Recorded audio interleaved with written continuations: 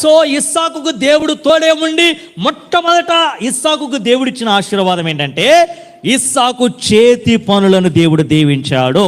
స్తోత్రం చెల్లిద్దాం, హల్లెలూయా. ఇస్సాకు వ్యవసాయదారుడట. ఆ సంవత్సరం విత్తనం వేశాడట. దేవుడు తోడే ఉండి ఎలా ఆశీర్వదించాడు? అతని వ్యవసాయ పనులను, అతని చేతి పనులను దేవుడు దీవించాడు. ఇప్పుడు ఇదే వాగ్దానం పరిశుద్ధాత్మదేవుడు మనకి ఇస్తున్నాడు. సంగమా, ధైర్యంగా ఉండు. ఈ సంవత్సరం నేను నిన్ను చేయి విడువను, నీకు తోడే ఉండి ఇస్సాకును దీవించినట్లుగా దీవిస్తా. ఏ విషయాల్లో దీవిస్తావు ప్రభువా? నీ చేతి పనులన్నిటిలో నేను ఆశీర్వదిస్తా. నువ్వు ఉద్యోగస్తుడివా, నీ జాబుల ఆశీర్వాదాన్ని నేను నీకు ఇస్తా. నువ్వు వ్యాపారస్తుడివా, నీ వ్యాపారములో నేను ఆశీర్వాదాన్ని ఇస్తా. నువ్వు వ్యవసాయదారుడివా, నీ వ్యవసాయ పంటల్లో నేను ఆశీర్వాదం ఇస్తా. నువ్వు ఏ చేతి పనిలో ఉన్నావో ఆ చేతి పనిని నూరొంతలుగా దీవిస్తానంటున్నాడు.